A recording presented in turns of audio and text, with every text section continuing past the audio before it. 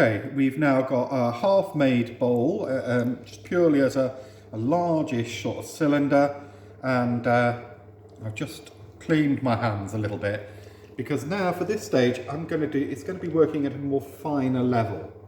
I want to bring the body of the clay outwards and upwards and maybe curve it a little so that I've got something more like what we might think a large bowl shape might be.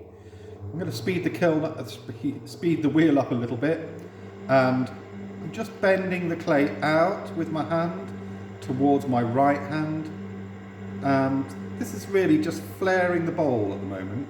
It's not doing anything else other than bending out the clay. Okay, all I did then was just move it slightly that way, using this straight line of my forefinger to give myself some leverage.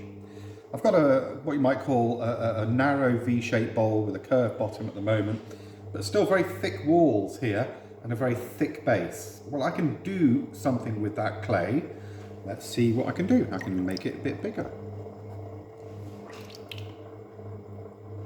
Okay.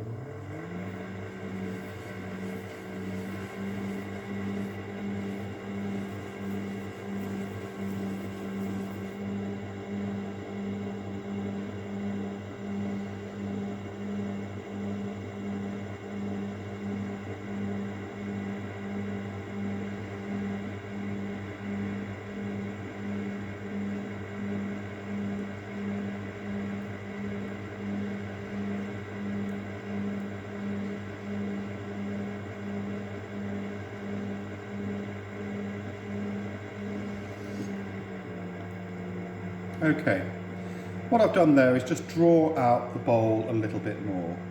I think I'd like to do that again, simply because for me that's still a little bit thick in places.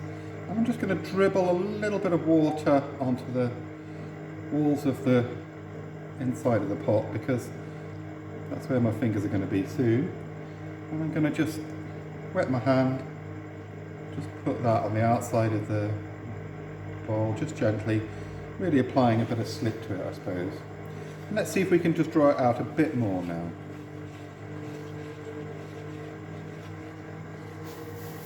Just pressing outwards with my left hand and supporting with my right hand, finding where the clay is thicker and how I can bring that in little rings, upwards and outwards. And when I say rings, I mean that's the throwing rings you see on the wheel, on the finished pot. But when you're actually throwing, you can more or less trace your fingers on the bowl, which direction you're going and what you're doing with it, by looking at the rings as you're throwing. So I'm looking at what I'm doing. I'm looking at the bowl, and to a certain degree as well, I'm allowing myself just to feel my way through rather than deciding it. Okay, I'm using now a green plastic rib just to smooth the inside of the bowl. And this helps us find a slightly more unified shape to the bowl.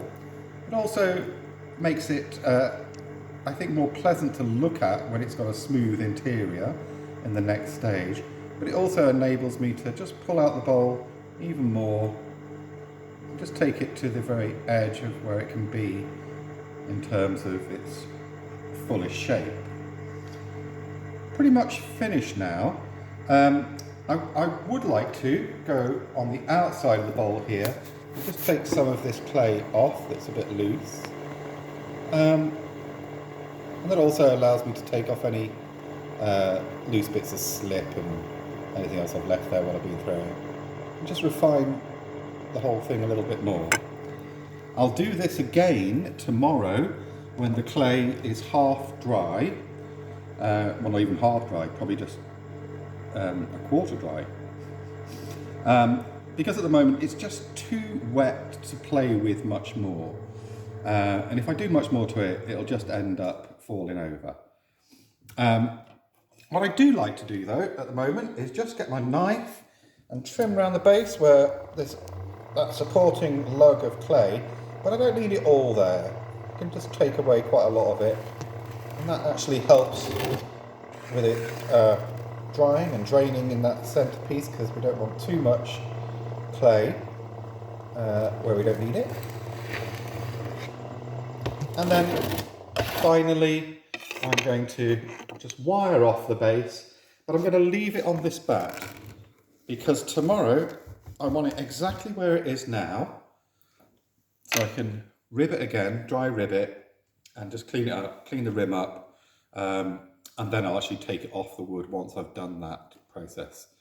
Then I'll leave it for another day, turned upside down, and then I will trim the base, and I'll show you how to do that in a couple of days' time.